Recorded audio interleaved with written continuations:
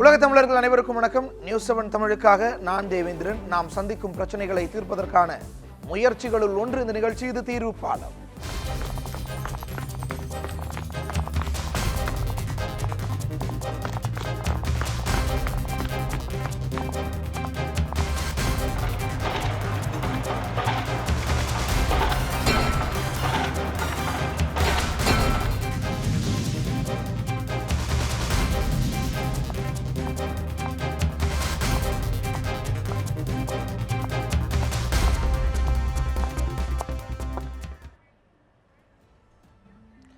தீர்வுபாலம் நிகழ்ச்சியில் இன்றைய தினம் நாம் பார்க்கக்கூடிய விஷயம், தமிழகத்தில் சிறப்பாக செயல்படுத்தப்பட்டு உலக அளவில் பிரபலப்படுத்தப்பட்ட அல்லது உலக அளவில் பாராட்டுகளை பெற்ற ஒரு முக்கியமான திட்டம் மதிய உணவு திட்டம். அது சத்துணவு திட்டமாக மறுவடிவம் பெற்று பெரிய அளவில் தமிழகம் முழுவதும் அரசு பள்ளிகளில் அரசு உதவி பெறும் பள்ளிகளில் செயல்படுத்தப்பட்டு இருக்கு. மற்ற மாநிலங்கள் இன்ஸ்பயர் ஆகி அந்தந்த மாநிலங்களில் கொண்டு வர அளவுக்கு ஒரு சிறந்த திட்டமாக உலக நாடுகள் பலவும் ஆய்வு செஞ்சுட்டு போகிற அளவுக்கு ரொம்ப முக்கியமான ஒரு திட்டமாக இந்த திட்டம் செயல்படுத்தப்பட்டு இருக்கு. இந்த திட்டத்தால் கல்வி பயின்றவர்கள் ஏராளமானவர்கள் நிறைய பேர் தங்களுடைய உதாரணத்தையும் சொல்லியிருக்காங்க. நாங்கள் மிட் டே மீல்ஸுக்காக மதிய உணவுக்காகவே பள்ளிக்கு சென்றவங்க மாதிரியான பல்வேறு பிரபலங்கள் தெரிவிச்சிருக்கிற கருத்துக்கள்லாம் இருக்குது. இந்த மதிய உணவு திட்டம், சத்துணவு திட்டம் இப்போ எப்படி செயல்படுத்தப்பட்டு இருக்கு, போதிய அளவில் செயல்படுத்தப்பட்டு இருக்கா, இந்த திட்டத்திற்கு போதிய அளவில் நிதி ஒதுக்கீடோ அல்லது மற்ற விஷயங்களோ பள்ளிகளுக்கு கிடைச்சிட்டு இருக்கா, சத்துணவு ஊழியர்களுக்கு கிடைச்சிட்டு இருக்கா அப்படிங்கிறது குறித்து தான் இன்றைய தீர்வுபாலம் நிகழ்ச்சியில் நம்ம நகர்த்தி செல்ல இருக்கிறோம். முதலாவது கள்ளக்குறிச்சி பகுதியில் என்ன மாதிரியான நிலைமை, அங்கே இருக்கக்கூடிய பள்ளிகளில் இந்த மதிய உணவு திட்டம் எப்படி செயல்படுத்தப்பட்டு இருக்கு, என்ன மாதிரியான பிரச்சனைகள் இதில் இருக்கு, இந்த தொகுப்பில் பார்க்கலாம். விழுப்புரம் மாவட்டம் கள்ளக்குறிச்சியில் உள்ள 2917 பள்ளிகளில் 65% பள்ளிகளில் மதிய உணவு திட்டம் அமல்படுத்தப்பட்டு வருகின்றது. ஆனால் பல பள்ளிகளில் இந்த திட்டம் முறையாக செயல்படுத்தப்படவில்லை என குற்றம் சாட்டும் மாணவர்கள் கலப்பட அரிசியும் அழுகிய காய்கறிகளை பயன்படுத்தி சமைப்பதாகவும் குற்றம் சாட்டுகின்றனர். எங்களுக்கு குளிக்க வசதி இல்லை, இதேமாரி வாட நேரம் இல்லை, சாப்பாட்டில் பூராணி கடந்தது அப்படியே போடுறாங்க. சாப்பாடு அன்றைக்கி ஒரு நைட்டு 10 மணிக்கு போடுறாங்க. காலைல இதேமாரி காலைல யூனிபல்லு மேலே போடுறாங்க 11 மணி மேலே. கேட்டால் சாப்பாடு இதேமாரி சாரியெல்லாம் வராங்க, தொட்டு போடுறாங்க, சாப்பிட்றாங்க. அவங்க எதுவும் சொல்ல மாட்டுறாங்க. சாப்பாடு இல்லாதனால அண்ணனுங்கெல்லாம் வெளியே போய்ட்டு சாப்பிட்றாங்க. யாருக்கும் பிடிக்க மாட்டேங்குது. அந்த சாப்பாடில் வேஸ்ட்டான காய்கறிலாம் போட்டுடுறாங்க. அது மட்டும் இல்லாமல் அந்த சாப்பாடே ஒரு மாதிரி வேகாமல் இருக்குது, பாதி வேகாமல் இருக்குது, காய்கறி பாதி வேகாமல் இருக்குது. அதனால் நாங்கள்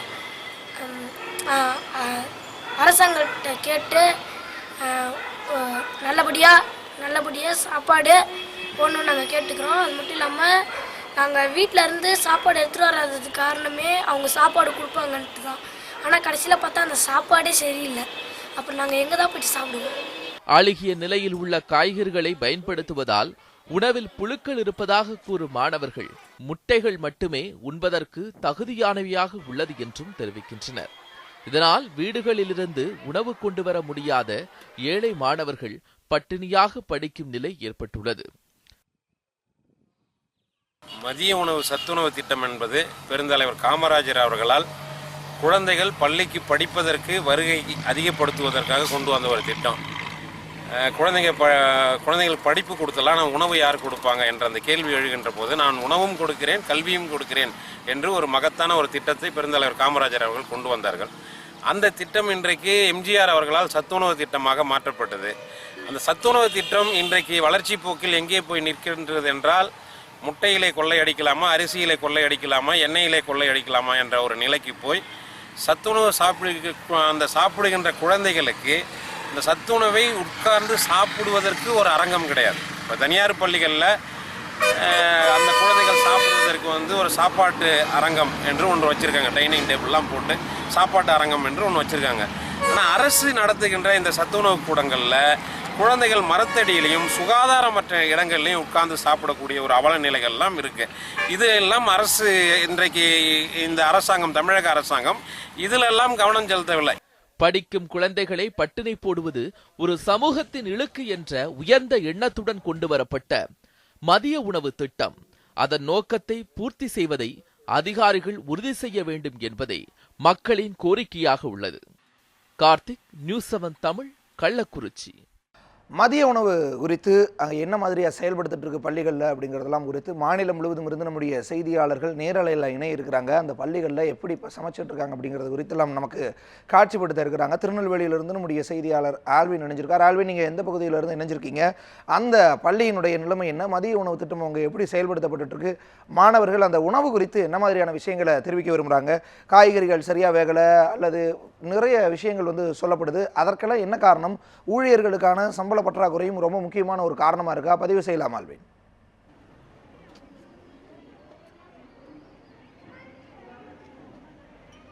வணக்கம் தேவேந்திரன். தற்போது நாம் திருநெல்வேலி மாநகரத்திற்கு மிக அருகில் இருக்கக்கூடிய ரெட்டியார்பட்டியில் இருக்கிறோம். இந்த ரெட்டியார்பட்டியை பொறுத்தவரையில் இதன் சுற்றுவட்டார பகுதிகளில் இருக்கக்கூடிய கிராமப்புறங்களிலிருந்து ஏராளமான மாணவர்கள் வந்து படிக்கக்கூடிய ஒரு இடமாக இந்த இடம் இருந்து கொண்டிருக்கிறது. தற்போது கூரா அரசு மேல்நிலைப் பள்ளியில் இருந்து கொண்டிருக்கிறோம். இந்த பள்ளியை பொறுத்தவரையில் ஏராளமான மாணவர்கள் கிராமப்புறங்களிலிருந்தும் சரி மற்றபடியான இடங்களிலிருந்தும் இந்த இடத்திற்கு வந்து படிக்கக்கூடிய ஒரு நிலை என்பது இருந்து கொண்டிருக்கிறது. இந்த பள்ளியில் எந்த அளவிற்கு ஏறத்தாழ 100க்கும் மேற்பட்ட மாணவர்கள் இங்கு கொடுக்கப்படக்கூடிய சத்துணவு திட்டத்தை நம்பியே இருந்து கொண்டிருக்கிறார்கள். இந்த பள்ளியில் தற்போது பார்க்கலாம். இந்த இடத்தில் பள்ளி மாணவர்களுக்கு கொடுக்கப்படக்கூடிய சமையலுக்கு கொடுக்கப்படக்கூடிய அவர்கள் சாப்பிடக்கூடிய தட்டுகள் எல்லாம் சுத்தப்படுத்தப்பட்டு கொண்டு இருக்கிறது. அதை நேரலையில் பார்த்து கொண்டிருக்கிறோம். அதே போல எப்படி சமைக்கிறார்கள் என்பதை இந்த இடத்தில் கள ஆய்வு கூட மேற்கொள்ளலாம். அரசனுடைய திட்டங்கள்ல மிக முக்கியமா மாணவர்களுக்கு ஊட்டச்சத்துக்கு வாரத்தில் 5 நாட்கள் முட்டை வழங்குவதற்கான ஏற்பாடுகள் எல்லாம் செஞ்சிருக்கிறாங்க. முட்டைகளும் முறையா வழங்கப்பட்டிருக்கிறது. இந்த இடத்துல இருக்கிறாங்க. அதே போல இந்த பகுதியில் இப்போ முட்டை ஏறத்தாழ 100க்கும் மேற்பட்ட மாணவர்கள் படிக்கக்கூடிய ஒரு இடமா இருக்கிறதுனால அவங்களுக்கு ஒரு 100க்கும் மேற்பட்ட முட்டைகளை போட்டு அவிக்கக்கூடிய ஒரு இடத்தை பார்க்குறோம். இந்த பகுதியில் இப்போ சமையல் நடந்துகிட்டு இருக்குது. இன்னைக்கு என்ன மாதிரியான சாதம்? ஏன்னா வாரத்தில் 5 நாட்களும் 5 விதமான சமையல்கள் கொடுக்கப்பட்டு கொண்டிருக்கிறது. அது குறித்து இங்க இருக்கவங்களோட பேசலாம். அம்மா, இன்னைக்கு என்ன சமையல் உங்களுக்கு செஞ்சிருக்கிறீங்க? இன்னைக்கு என்ன சமையல்? தக்காளி சாதம். வாரத்தில் ஒவ்வொரு நாள் என்ன மாதிரியான சமையல்லாம் செய்ய சொல்லியிருக்கிறாங்க? தக்காளி சாதம், லெமன் சாதம், புளியோதரை, சாம்பார் சாதம், கீரை சாதம், காய்கறி பிரியாணி. முந்தி இருந்த மாதிரி சாம்பார், வெள்ளை சாதம் அந்த மாதிரி சாம்பார் சாதம் ஒரு நாள், வியாழக்கிழமை ஒரு நாள், அடுத்த வாரம் வெள்ளிக்கிழமை ஒரு நாள் வரும். அதே போல் இப்போ இவ்வளோத்துக்குள்ள மக்களுக்கான சமையல்லாம் செஞ்சு கொடுத்துட்டு இருக்கிறீங்க பெரிய குழந்தைங்களுக்காக. உங்களுக்கான ஊதியம்லாம் எப்படி இருக்குது? உங்களுக்கு போதுமான அளவில் இருந்துகிட்டு இருக்காமா? ஊதியம்லாம் எப்படி இருக்குது? நீங்கள் எப்படி இருக்கு? உங்களுக்கு ஊதியம் எப்படி இருக்குமா? எங்களுக்கு காணாத சம்பளம், காணாத சம்பளம் தான். ஆமாம். எவ்வளோ தராங்க உங்களுக்கு? 3000. நீங்கள் எத்தனை வருஷமா அந்த சமையல் பண்ணிட்டு இருக்கீங்க? நான் 10 வருஷம் ஆகுது. 10 வருஷத்தில் உங்களுக்கு ஒரு 3000 மட்டும்தான் கிடச்சிட்டு இருக்கு? ஆமாம், அவ்வளோதான் வரும்.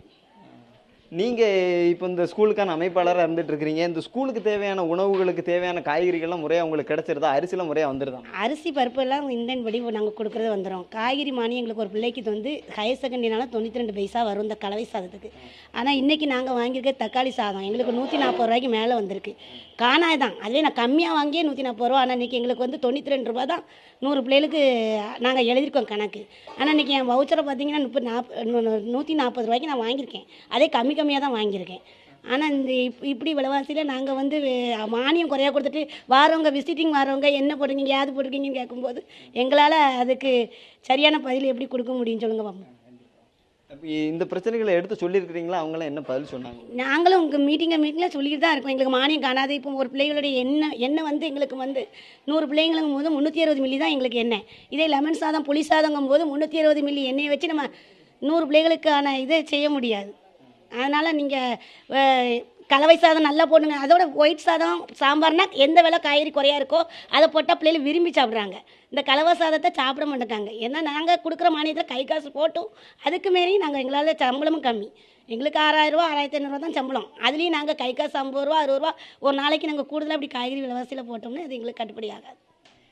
தேவேந்திரன் அவர்களுடைய மன வருத்தத்தையும் கேட்டுப்பீங்க. வாரத்தில் 5 நாளும் விதவிதமான சமையல் செஞ்சு கொடுக்குறதுக்கு தமிழக அரசு ஒரு திட்டத்தை கொடுத்துருக்கிறது.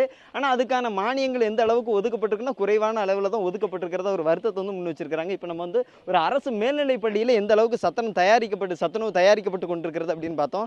இப்போ இதே இந்த அரசு மேல்நிலைப் பள்ளி ரெட்டியார்பட்டியில் இது பக்கத்திலே மாற்றுத்திறனாளி மாணவர்கள் படிக்கக்கூடிய ஒரு மையம் என்பது கடந்த ஓராண்டுக்கு முன்பாக தொடங்கப்பட்டது.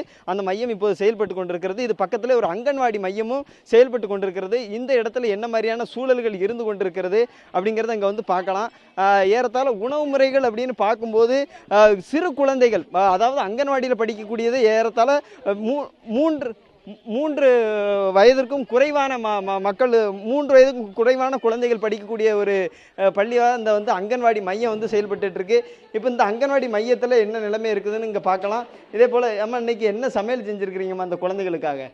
இன்னைக்கு காய்கறி புலவு சின்ன பிள்ளைங்களுக்கு காய்கறி புலவு வந்து செஞ்சு கொடுத்துருக்குறீங்கண்ணே. ஆமாம். எங்கே உள்ள பார்க்கலாமா அந்த இப்போ வந்து அடுப்பில் வந்து அந்த காய்கறி வந்து வெந்துக்கிட்டு இருக்கிறத நம்மளால் பார்க்க முடியுது.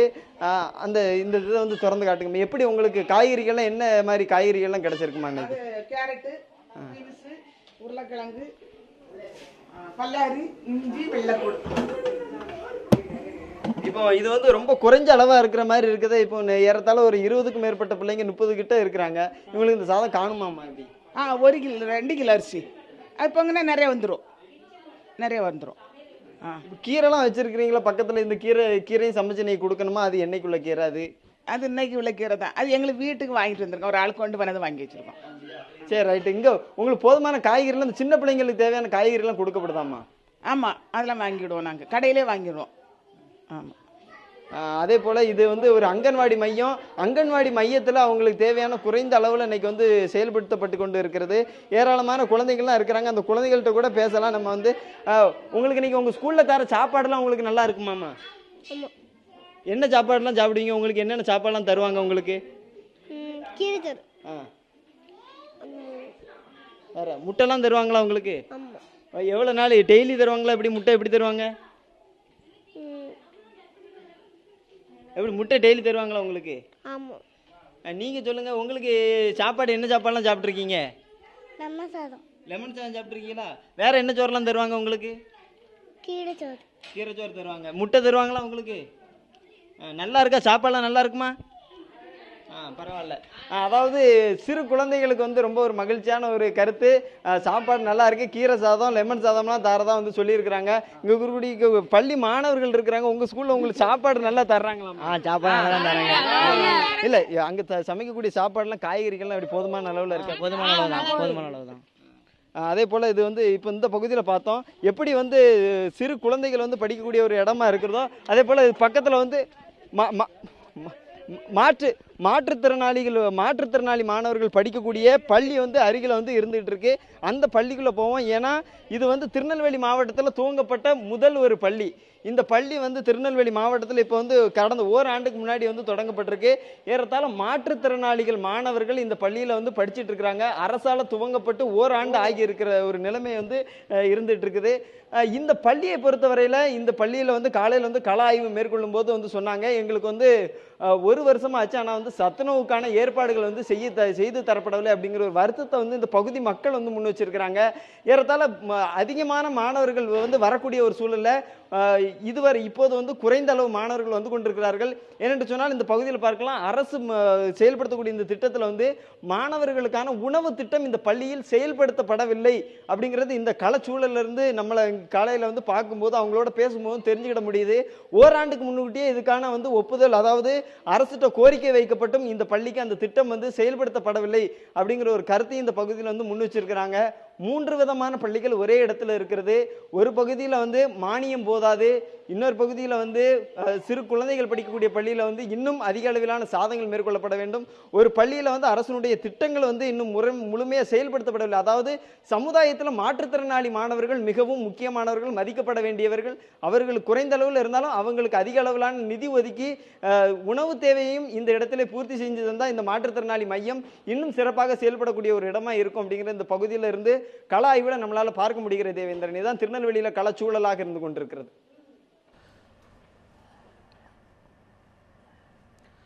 நிச்சயமா ஆல்வின், மாற்றுத்திறனாளி குழந்தைகளுக்கு தான் சத்துணவு அப்படிங்கிறது ரொம்ப அதிக அளவில் தேவைப்படும். அதே நேரத்தில் குழந்தைகளுக்கு அப்படிங்கிறது ரொம்ப அதிக அளவில் சத்துணவு தேவைப்படக்கூடிய வயசு. அந்த நேரத்தில் நீங்கள் அங்கன்வாடி பகுதியும் காட்சிப்படுத்தியிருந்தீங்க. அங்கன்வாடி மையத்துக்குள் குழந்தைகள் படிக்கக்கூடிய இடத்துலையே சமைச்சிட்டு இருந்தாங்க. இது எந்த அளவுக்கு சரியான ஒன்று, பாதுகாப்பு சார்ந்தும் இது ரொம்ப ஒரு மோசமான ஒரு விஷயம் இல்லையா? என்ன விஷயங்களை தெரிவிக்கிறாங்க அங்கன்வாடி பணியாளர்கள், அந்த சத்துணவு செய்யக்கூடியவங்க ஏன் உள்ளேயே வச்சு செஞ்சுட்டு இருக்கிறாங்க? அந்த வகுப்புக்குள்ளேயே குழந்தைகள் விளையாடிட்டு இருக்கக்கூடிய அந்த வகுப்புகளையே சமையல் செஞ்சுட்டு இருக்காங்க. இது பாதுகாப்பு குறைபாடை ஏற்படுத்தக்கூடிய ஒரு மிகப்பெரிய வாய்ப்பை உருவாக்கும். அதை தாண்டி அங்கே அவங்களுக்கு சரியான சத்துணவு கூட அமைச்சு தரலையா? ஏன் உள்ளேயே வச்சு செஞ்சுட்டு இருக்கிறாங்க? அது குறித்தும் பதிவு செய்யலாம் ஆல்வின்.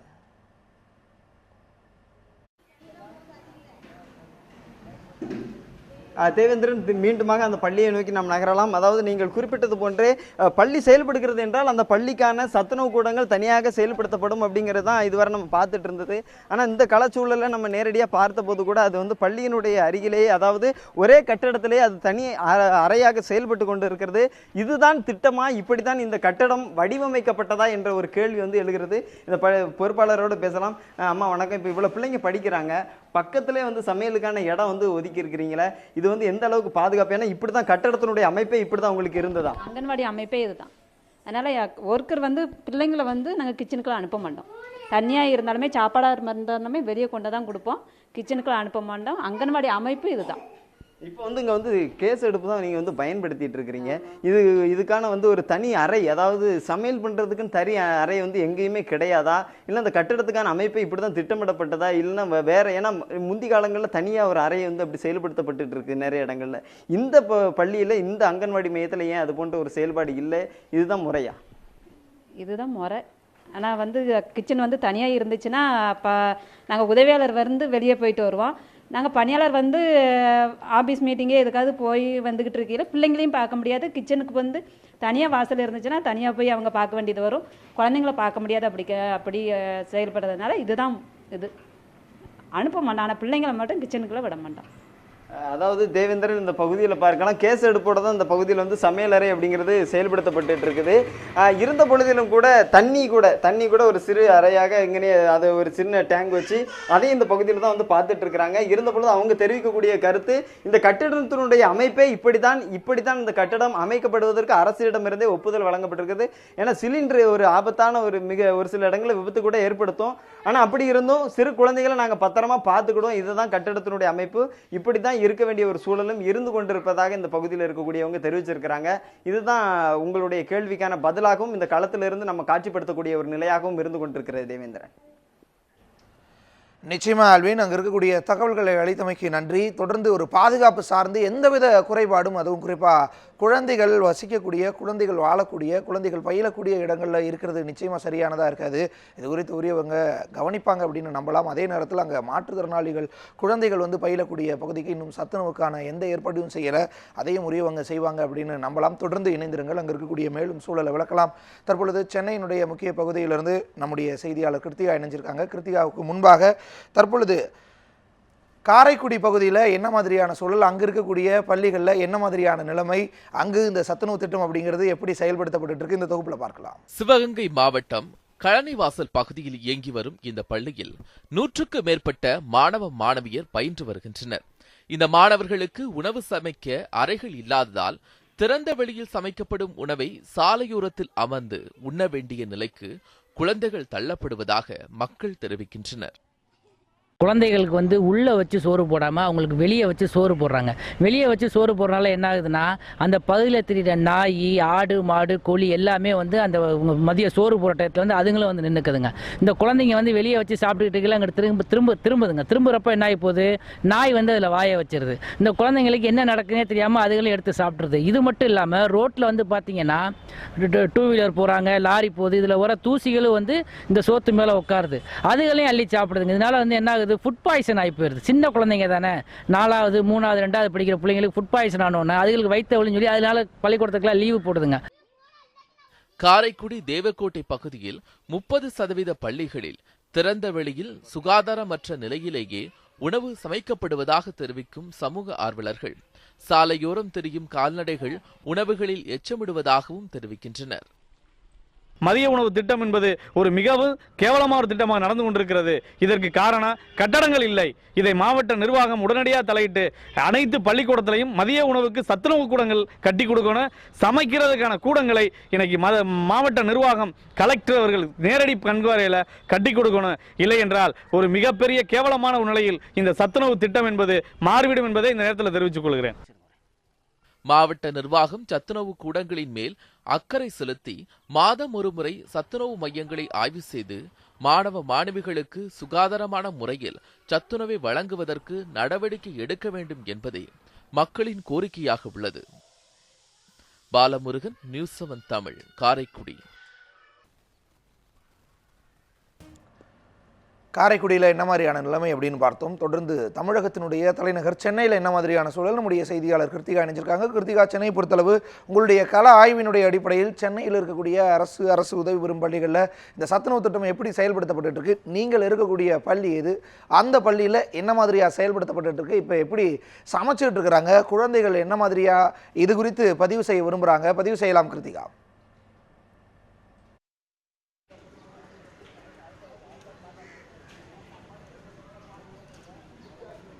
சென்னையை பொறுத்த வரைக்கும் பல இடங்களிலும் சத்துணவு கூடங்கள் செயல்பட்டுக்கிட்டு இருக்கு. ஆனால் சிறப்பான முறையில் செயல்பட்டுக்கிட்டு இருக்கான்னு கேட்டால் அந்தந்த பள்ளிகளுடைய ஆசிரியர்களே அதுக்கு வந்து பதில் சொல்கிறதுக்கு தயங்குறாங்க அப்படிங்கிறத குறிப்பிடணும்.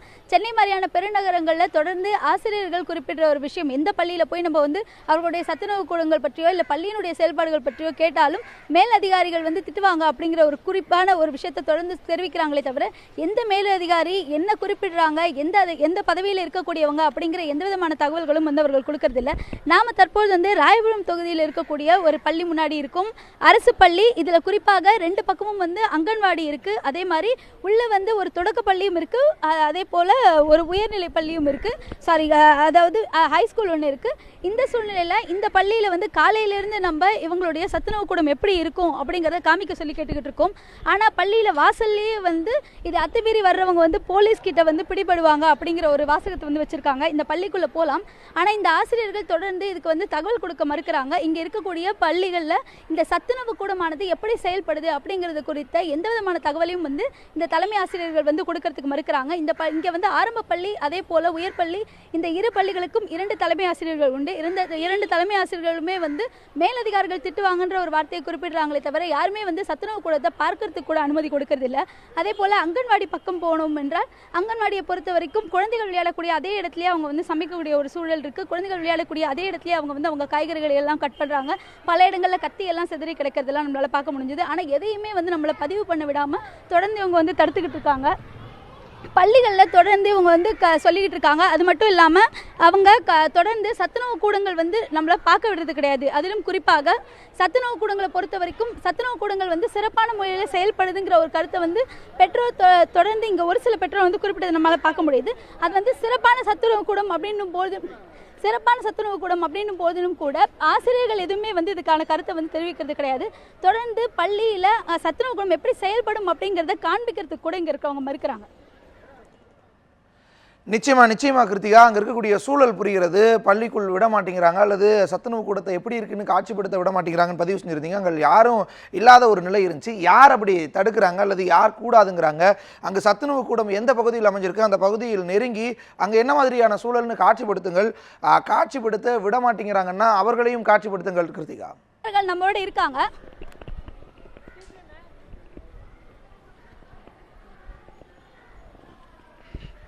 அதிகாரிகள் நம்மளோட இருக்காங்க. ஆனால் இந்த பள்ளியை பொறுத்த வரைக்கும் ஒரு சில பெற்றோர் வந்து இந்த பள்ளியில் சத்துணவு கூடம் அப்படிங்கிறது வந்து சிறப்பான முறையில் செயல்படுதுன்றது குறிப்பிட்டு சொல்லியிருக்காங்க. இந்த பள்ளியிலிருந்து அதிகாரிகள் வெளியே வராங்களே தவிர எந்த அதிகாரிகளுமே வந்து தெளிவான ஒரு பதிலை சொல்ல மாட்டேங்கிறாங்க. ஒரு சில பெற்றோர் வந்து நல்லா செயல்படுற பள்ளின்னு தான் குறிப்பிடுறாங்க.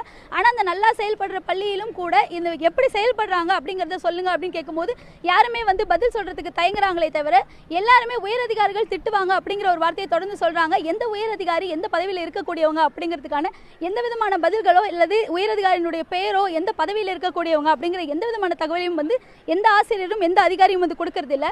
இந்த பள்ளியின் மீது ஒரு சாரார் வந்து சில குற்றங்கள் சொன்னாலும் ஒரு சாரார் வந்து இந்த பள்ளி சிறப்பாக செயல்படக்கூடிய பள்ளின்றதை குறிப்பிடுறாங்க. சிறப்பாக செயல்படக்கூடிய ஒரு பள்ளியில் கூட சத்துணவு கூடங்களை வந்து காண்பிக்கிறதுக்கு ஆசிரியர்கள் தயங்குறாங்க, மறுக்கிறாங்க அப்படிங்கிறது கொஞ்சம் அதிர்ச்சியாக இருக்குது.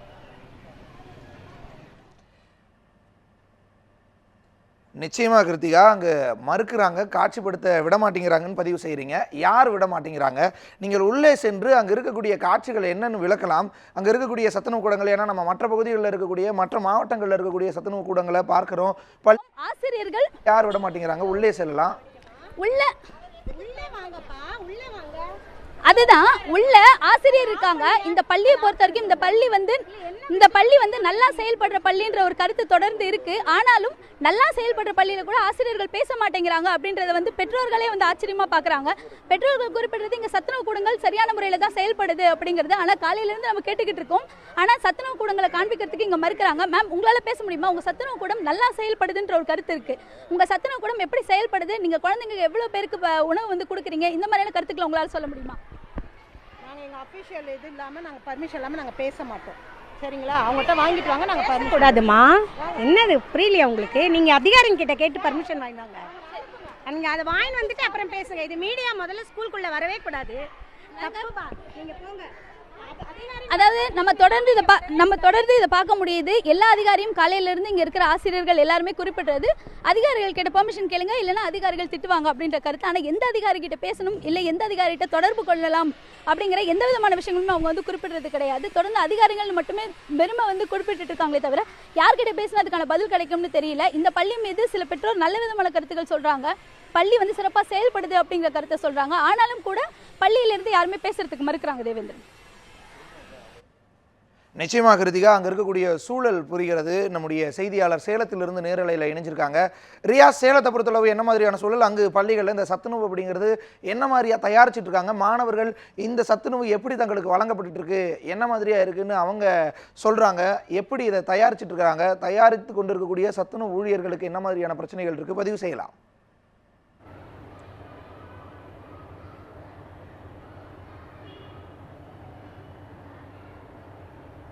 வணக்கம் தேவேந்திரன். அதாவது சேலம் மாவட்டத்தை பொறுத்த வரைக்கும் பார்த்தீங்கன்னாக்கா இந்த சத்துணவு மையங்கள் குறிப்பாக பள்ளிகளில் படிக்கிற அந்த மாணவர்களுக்கு, குறிப்பாக சேலம் மாவட்டத்தை பொறுத்த வரைக்கும் சேலம் மாவட்டம் 1808 பள்ளிகளில் 1,21,000 மாணவ மாணவிகள் வந்து இந்த சத்துணவு திட்டத்தில் பயன்பெற்று வந்துட்டு இருக்காங்க.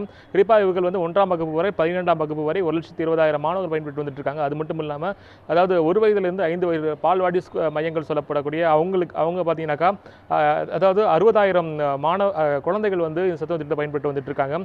குறிப்பாக இந்த சத்துணவு திட்டத்தை பொறுத்த வரைக்கும் சேலம் மாவட்டம் பொறுத்த வரைக்கும் நேற்று ஒரு கள ஆய்வை ஏற்படுத்தியிருந்தோம். குறிப்பாக சேலம் மாநகர பகுதிகளிலும் சேலம் கிராம பகுதிகளிலும் சென்று அந்தந்த பள்ளிகளில் சத்துணவுகளுடைய சாப்பாடு எந்த வகையில் மாணவர்கள் சாப்பிட்றாங்க என்பது குறித்து நாங்கள் ஆய்வு மேற்கொண்டோம். ஆனால் மாணவர்கள் அதாவது கடந்த ஆண்டுகளைப் போல இல்லாமல் தற்போது வந்து சத்துணவு சாப்பிட்டவர்கள் வந்து ரொம்ப அதிக அளவிலான ஆர்வம் காட்டும் காட்சிகளை வந்து நம்மளால் வந்து பார்க்க முடியுது. குறிப்பாக வந்து அதாவது மறைந்த முதலமைச்சர் ஜெயலலிதா அவர்களுடைய அறிவித்த இந்த கலவை சாதம் திட்டத்தின் மூலமாக இந்த சத்துணவு திட்டத்தில் வந்து மேலும் வந்து புத்துயிர் கிடைச்சிருக்குன்னே சொல்லலாம். குறிப்பாக நாள்தோறும் ஒவ்வொரு வகையான சாப்பாடுகள் வந்து அங்கே மாணவர்களுக்கு வந்து வழங்கப்படுறதால வந்து ரொம்ப உற்சாகத்தோட மாணவர்கள் சாப்பிட்டுட்டு இருக்காங்க. குறிப்பாக சத்துணவு சாப்பிடாத மாணவர்கள் கூட பார்த்தீங்கன்னாக்கா அவங்க வீட்டிலேருந்து சாப்பாடு எடுத்துகிட்டு வந்துட்டு அதுக்கப்புறமா வந்து சத்துணவு வாங்கி சாப்பிடும் காட்சிகளை வந்து பார்க்க முடிந்தது. குறிப்பாக அதே போல் நாள்தோறும் வந்து முட்டைகள் வழங்கப்பட்டு வருகிறது. இந்த முட்டைகளில் வந்து ஒவ்வொரு நாளுக்கும் மிளகு முட்டை அதாவது ஒவ்வொரு வகையிலையும் வந்து அவங்களுக்கு வந்து வழங்கப்பட்டு வந்துட்டு இருக்கு. நேற்று பார்த்த வகையில் குறிப்பாக சத்துணவு வழங்கப்படுகின்ற இந்த சாப்பாடு ஆனது வந்து பார்த்தீங்கன்னாக்கா ஓரளவுக்கு தரமுள்ளதாகவே வந்து வழங்கப்படுறதாகவும் மாணவர்கள் தெரிவிச்சிருக்காங்க. தற்போது சேலம் மாநகரத்துடைய ஒரு மைய பகுதியில் இருக்கிற ஒரு நடுநிலை பள்ளியில் நான் இங்கே இருக்கேன். இந்த பகுதியில் இந்த சத்துணவு கூடங்கள் குறிப்பாக சேலத்து மாவட்டத்தை பொறுத்த வரைக்கும் பெரும்பான்மையான பள்ளிகளுக்கு வந்து அரசின் சார்பில் வந்து தனியாக சத்துணவு கூடங்கள் வந்து கட்டப்பட்டு தனியாக இடங்களும் ஒதுக்கப்பட்டு காங்கிரீட் கட்டிடமும் கட்டப்பட்டிருந்தாலும் குறிப்பாக சேலம் மாநகர பகுதிகளில் செயல்பட்டு ஒரு நடுநிலை பள்ளி. இந்த நடுநிலை பள்ளியில் சத்துணவு கூடம் எப்படி செயல்பட்டு இருக்குதுங்கிறது உங்களுக்காக தற்போது காட்சிப்படுத்திட்டு இருக்கோம். தற்போது நீங்கள் இங்கே பார்க்கலாம். குறிப்பாக இந்த பள்ளிக்கு பின்புறம் வந்து இந்த சத்துணவு கூடமானது வந்து அமைந்திருக்கு. குறிப்பாக நாங்கள் இந்த பகுதியில் காலையில் இந்த பகுதிக்கு வந்ததால் வந்து உடனடியாக வந்து அனைத்தும் வந்து சுத்தப்படுத்திட்டாங்க. குறிப்பாக இந்த அறை முழுவதும் பார்த்தீங்கன்னாக்கா இந்த சத்துணவு இருப்பு வைக்கக்கூடிய இந்த அறையானது இந்த பகுதியில் வந்து முழுவதுமாக பெருச்சாளிகளும் எலியுமாக தான் இருந்தது. காலையில் இந்த பகுதி நாங்கள் வந்த உடனடியாக வந்து இங்கே இருக்கிற அதாவது சத்துணவு கூடத்தில் பணியாற்றிட்டு இருக்கிற இங்கே ஊழியர்கள் வந்து உடனடியாக அதை வந்து எல்லாமே வந்து கூட்டி பெருக்கிட்டாங்க. இங்கே வந்து அதாவது மாணவர்களுக்கு தேவையான அரிசி மற்றும் காய்கறிகளுடைய மீதமாக இருப்புகள்லாம் இங்கே வந்து வச்சுருக்காங்க. ஆனால் இங்கே பார்த்தீங்கன்னா இந்த எலிகளுடைய தொல்லை குறிப்பாக நீங்கள் பார்க்கலாம். இங்கே எவ்வளோ டஸ்ட் இருக்குன்னு நீங்கள் பார்க்கலாம். குறிப்பாக இங்கே பொறுத்த வரைக்கும் பார்த்தீங்கன்னாக்கா ரொம்ப ஒரு குப்பை கூடமாக தான் இந்த கிடங்கு வந்து இங்கே செயல்பட்டு இருக்கு. அதாவது எலிகள் எதுவுமே போகாத அளவுக்கு பார்த்தீங்கன்னாக்கா இங்கே பகுதியில் இந்த கற்கள்லாம் வச்சு வந்து மேலே வந்து வச்சுருக்காங்க. அதாவது இந்த மாணவர்களுக்கு வழங்கப்படக்கூடிய இந்த அரிசி இருப்பு அறையிலே பார்த்தீங்கன்னாக்கா எலிகளும் பல்வேறு தொல்லைகளால் வந்து அவதிப்பட்டிருக்காங்க. இது காரணம் என்னன்னு பார்த்தீங்கன்னாக்கா இதுக்கான சத்துணவு இந்த கிடங்குக்கான கதவு வந்து முறையாக இங்கே வந்து அமைக்கப்படலை. ஸோ அதனால தான் வந்து இங்கே வந்து அமைச்சிருக்காங்க. தற்போது நீங்கள் பார்க்கலாம் இங்கே வச்சிருக்கிற இந்த பாத்திரங்கள் எல்லாத்துக்கும் மேலேயும் வந்து ஒரு செங்கலை போட்டு மேலே வச்சுருக்காங்க. நீங்கள் பார்க்கலாம். அதான் இங்கே பாருங்கள். இங்கே அதாவது மாணவர்களுக்காக வழங்கப்படக்கூடிய இந்த உணவுகள் கலவை சாதத்துக்கு தேவைப்படக்கூடிய விஷயங்கள் எல்லாத்தையும் இங்கே வந்து வச்சுருக்காங்க. ஆனால் எல்லாத்துக்கு மேலேயும் வந்து எலிகள் தொல்லையால் வந்து மிகப்பெரிய அளவிலான இங்கே இருக்கிற ஊழியர்கள் வந்து ஒரு பாதிப்பை சந்திச்சு வந்துட்டு இருக்காங்க. அதே இங்கே வந்து அவங்களுக்கு என்னென்ன நாட்களில் என்னென்ன சமையல் வழங்கணுங்கிறது குறித்தான ஒரு டைம் டேபிளும் இங்கே வந்து அமைச்சிருக்காங்க. குறிப்பாக திங்கட்கிழமை வந்து வெஜிடபிள் பிரியாணி, செவ்வாய்க்கிழமை வந்து கலவை சாதம், கொண்டைக்கடலை உள்ளிட்ட வாரத்தில் 5 நாட்களும் குறிப்பாக 13 வகையான சாதங்கள் வந்து மொத்தமாக வழங்குறாங்க. அவங்களுக்கான பட்டியலும் இங்கே வந்து வச்சுருக்காங்க. ஆனால் இருந்த போதுன்னு பார்த்தீங்கன்னா இது வந்து ஒரு சுகாதாரம் இல்லாத நிலைமை தான் இந்த உள்ள வந்து நிலவிட்டுருக்கு. சத்துணவு குழந்தைகளுக்காக வழங்கப்படக்கூடிய இந்த முட்டையானது கூட இங்கே வந்து வைக்கப்பட்டிருக்கு. அரசினுடைய அந்த முத்திரை படித்து அந்த முட்டைகளும் இங்கே வழங்கிட்டுருக்காங்க. தற்போது இங்கே சமையல் செய்ய கூடம் எப்படி இருக்குன்னு சொல்லி நம்ம வந்து பார்க்கலாம். இந்த பள்ளியை பொறுத்த வரைக்கும் பார்த்தீங்கன்னாக்கா 500க்கும் மேற்பட்ட மாணவர்கள் படித்து வந்தாங்க. தற்போது மாணவர்களோட எண்ணிக்கை வந்து இங்கே வந்து ரொம்ப குறைந்து போனதால் வந்து சத்துணவு மையத்தை வந்து யாரும் வந்து பார்க்கறதுக்கான ஆள் யாரும் கிடையல. தற்போது இங்கே இருக்கிற இந்த கூடம் எல்லாமே வந்து இந்த பகுதியில் தான் சமையல் பண்ணிட்டு இருந்தாங்க. அதாவது ஒவ்வொரு கூடத்துலையும் பார்த்தீங்கன்னாக்கா கேஸ் ஸ்டவ் மூலியம் தான் சமையல் பண்ணணும். நம்ம காலைல இங்கே வந்து பார்க்கும்போது இந்த அடுப்பில் தான், குறிப்பாக விறகடுப்பில் தான் வந்து இவங்க சமையல் பண்ணிட்டு இருந்தாங்க. அந்த காட்சியை நாங்கள் பார்த்தோம். அதை எடுக்க முற்படும் போது இங்கே அதிகாரிகள் தகவல் சொல்லி உடனடியாக இங்கே வந்து வேறு இடத்துக்கு மாற்றிருக்காங்க. இந்த சமையல் செய்யும் கூடம் பார்த்தீங்கன்னா இடிஞ்சு விழுவும் நிலைமையில் இருக்குது. அதான் நீங்கள் பார்க்கலாம். குறிப்பாக இப்போ வந்து மழைக்காலம் துவங்கி இருக்குது. இந்த பகுதியில் தான் வந்து சமையல் செய்கிறாங்க அவங்க. தற்போது வந்து இடிந்து விழும் அந்த சூழ்நிலையில் வந்து ஏற்பட்டிருக்கு. தற்போது இதை பொறுத்த வரைக்கும் பார்த்தீங்கன்னாக்கா இங்கே வந்து 60க்கும் மேற்பட்ட குழந்தைகள் வந்து இந்த சத்துணவு சாப்பாடாக சாப்பிட்டு வந்துட்டு இருக்காங்க. இந்த சத்துணவு சாப்பாடு இந்த சத்துணவு கூடத்துக்கு ஒட்டி உள்ள பகுதியை பார்த்தீங்கன்னாக்கா இங்கே வந்து மாணவர்களுக்கான கழிப்பிட வசதியும் வந்து அமைக்கப்பட்டிருக்கு. அதுக்கு பக்கத்துலேயே வந்து இங்கே வந்து ஒரு சுகாதாரம் இல்லாத ஒரு சூழ்நிலை வந்து ஏற்பட்டிருக்கு. இதை பொறுத்த வரைக்கும் பார்த்தீங்கன்னாக்கா இங்கே இந்த குறிப்பாக சேலம் மாநகர மையப்பகுதி இது. இங்கே வந்து 60க்கும் மேற்பட்ட மாணவர்கள் வந்து பரீட்சை வந்துட்டு இருக்காங்க. அவங்களுக்கு அதாவது மதிய நேரத்தில் அவங்களுக்கான சாப்பாடு குறிப்பாக இன்றைக்கி வந்து புளி சாதம் வந்து தயார் பண்ணிட்டு இருந்தாங்க. இந்த விறகடுப்பில் பண்ணிட்டு இருந்தாங்க. ஆனால் இங்கே இது அடுத்தபடியாக அதை பார்த்த உடனே பக்கத்தில் இருக்கிற பள்ளியில் கேஸ் ஸ்டவ்வில் பண்ணிட்டு இருக்காங்க. தற்போது முட்டையெல்லாம் தற்போது வந்து இங்கே சமைச்சு வச்சுருக்காங்க.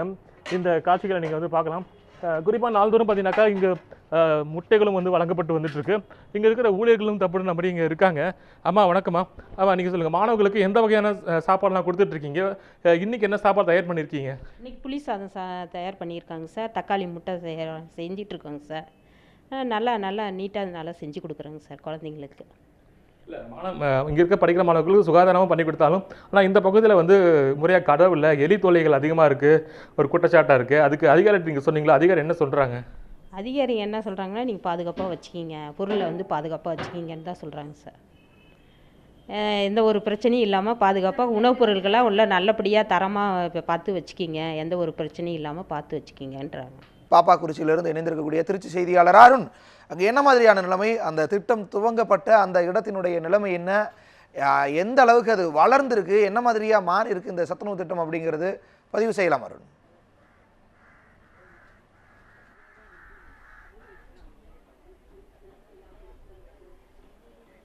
நிச்சயமாக தேவேந்திரன், மறைந்த முதல்வர் எம்ஜிஆர் அவர்களால் வந்து 1982ஆம் ஆண்டு ஜூலை 1ஆம் தேதி வந்து தொடங்கப்பட்டது தான் இந்த மதிய உணவு சத்துணவு திட்டம் என்பது. இது வந்து பார்க்கும்பொழுது இதில் ஏறக்குறைய அன்று மட்டும் 140 கோடி ரூபாய் செலவில் தமிழகம் முழுவதும் இது வந்து கொண்டு வரப்பட்டது. இதில் பார்க்கும்பொழுது 52,000 மையங்களில் இது கொண்டு வரப்பட்டிருக்கிறது. முக்கியமாக 31,000 பள்ளிகளில் இது முழுமையாக செயல்படுத்தப்பட்டிருக்கிறது. அதேபோல் அங்கன்வாடிகள், பால்வாடி என 52,000 மையங்களில் இது தொடங்கப்பட்ட ஒரு திட்டம்.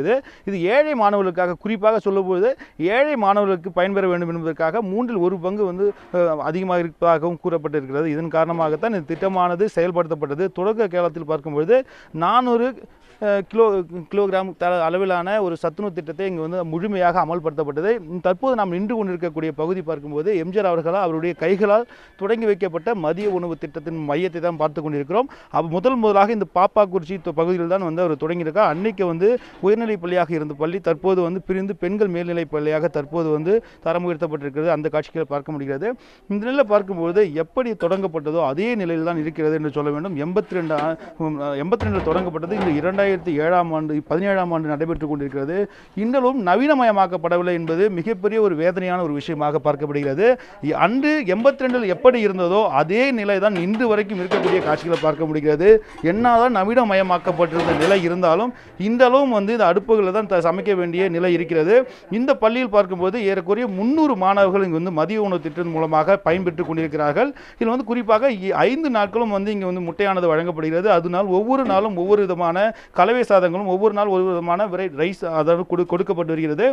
இன்றைக்கு வந்து இந்த 300 மாணவர்களுக்கு உணவு சமைக்கக்கூடியவர்கள் 2 பேர் மட்டுமே இந்த பகுதியில் வந்து பணியாற்றி கொண்டிருக்கிறார்கள். அவர்களுக்கு பல கஷ்டங்கள் வந்து இந்த பகுதியில் இருக்கும் பட்சத்தில் அதை தாண்டி இன்னும் நவீனமயமாக்கப்படவில்லை என்பது மிகப்பெரிய ஒரு வேதனையான விஷயமாக பார்க்கப்படுகிறது. இன்றளவும் பார்க்கலாம், இன்றைக்கும் வந்து இந்த பகுதி இப்படியாகத்தான் இருக்கிறது. எம்ஜிஆர் அவர்கள் எப்படி தொடங்கினாரோ அதே நிலை இன்றும் இம்மி அளவு கூட மாறாமல் இருக்கக்கூடிய காட்சிகள் நம்மால் பார்க்க முடிகிறது. அந்த அமைப்பாளர்கள் இருக்காங்க, அவங்கள்ட்டையும் கேட்கலாம். அம்மா வணக்கம், நீங்கள் எவ்வளோ வருஷமாக இங்கே பணிபுரிஞ்சிட்ருக்கீங்கன்னு சொல்லுங்கள். இப்போ வந்து இந்த வந்து என்னைக்கு எவ்வளோ வருஷமாக இருக்கிறீங்க, இங்கே தொடங்கினது இப்போ என்னென்ன பிரச்சனைகள் இருக்குது உங்களுக்கு? நான் 84 வேலை பார்த்துக்கிட்டு இருக்கிறேன். என் பேர் லீலாவதி. காட்டூர் பாப்பாக்குறிச்சி கேர்ள்ஸ் ஸ்கூலில் அமைப்பாளராக பணிபுரிந்துக்கிட்டு இருக்கேன். இன்னைக்கு எனக்கு எதுவும் பிரச்சனையும் கிடையாது. இன்னும் ஸ்டோர் ரூம் ஒன்று தான் எனக்கு தேவையாக இருக்கிறது. மற்றபடி பிள்ளைங்கள்லாம் சாப்பிட்டா வருகிறாங்க. சாப்பாடு நல்லா தரமாக நான் சமைத்து போட்டுட்ருக்கேன். மற்றபடி இன்றைக்கி வந்து புளி சாதம் கிளறி இருக்கிறோம். ஒவ்வொரு வாரமும் ஒவ்வொரு இதாக வெரைட்டிஸ் போட்டுக்கிட்டே இருக்கிறோம். திங்கட்கிழமை ஃபஸ்ட்டு வாரம் வந்து காய்கறி பிரியாணி போட்டுக்கிட்டுருக்கோம். 2வது நாள் செவ்வாய்க்கிழமை வந்து கொண்டக்கடலை, 3வது புதன்கிழமை வந்து தக்காளி சாதம், 4வது நாள் வந்து சாம்பார் சாதம், அப்புறம் 5வது நாள் வெள்ளிக்கிழமை கீரை சாதம் வழங்கிக்கிட்டு இருக்கோம். 2வது வாரம் முதல் வந்து விஜிவெல்லா போட்டுக்கிட்டு இருக்கோம். முதல் நாள் திங்கட்கிழமை. போதுமா சார்? நீங்கள் சொல்லுங்கள், இப்போ நீங்கள் வந்து இப்போ சத்துணவு வேலை பார்க்குறீங்க அப்படின்றப்போ இங்கே வந்து எவ்வளோ பேர் வேலை செய்கிறீங்க? உங்களால் ஒரு நாளைக்கு வேலை செய்ய முடியுதா? ஆட்கள் பற்றாக்குறை இருக்கா? உங்களுடைய கஷ்டம் எந்த அளவுக்கு இருக்குது? எனக்கு ரொம்ப கஷ்டமாக இருக்குங்க சார். வேலை கஷ்டமாக இருக்குது. இந்த மாதிரி போய் இறக்க கொள்ள எல்லாம் எடுத்துகிட்டு வரோம். போய் விரவும் அள்ளிட்டு வரணும். எங்களுக்கு சுற்றி வர கொஞ்சம் அடப்பாக இல்லை. மழை பெஞ்சால் ரொம்ப கஷ்டமாக இருக்குது.